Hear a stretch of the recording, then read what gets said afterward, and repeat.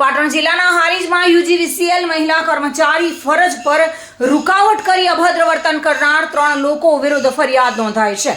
બાકી વીજ બિલની વસૂલાત કરવા ગયેલ મહિલા કર્મચારીને અપશબ્દો બોલી ધક્કો મારી ઝપાઝપી કરવાની ફરિયાદ નોંધવામાં આવી છે. આ મહિલા કર્મચારી ચેતનાબેન પટેલ 3 લોકો સામે હારીજ પોલીસ મથકે ફરિયાદ નોંધાવી છે. કનુભાઈ રામાભાઈ પ્રજાપતિ, વિષ્ણુભાઈ રામાભાઈ પ્રજાપતિ સહિત અન્ય એક ઈસમ સામે પોલીસમાં ફરિયાદ નોંધાઈ છે.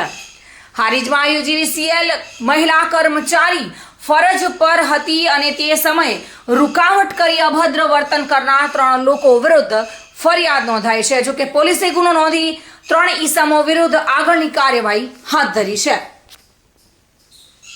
પ્રવીણ યોગી સાથે bureau report, today Gujarati news.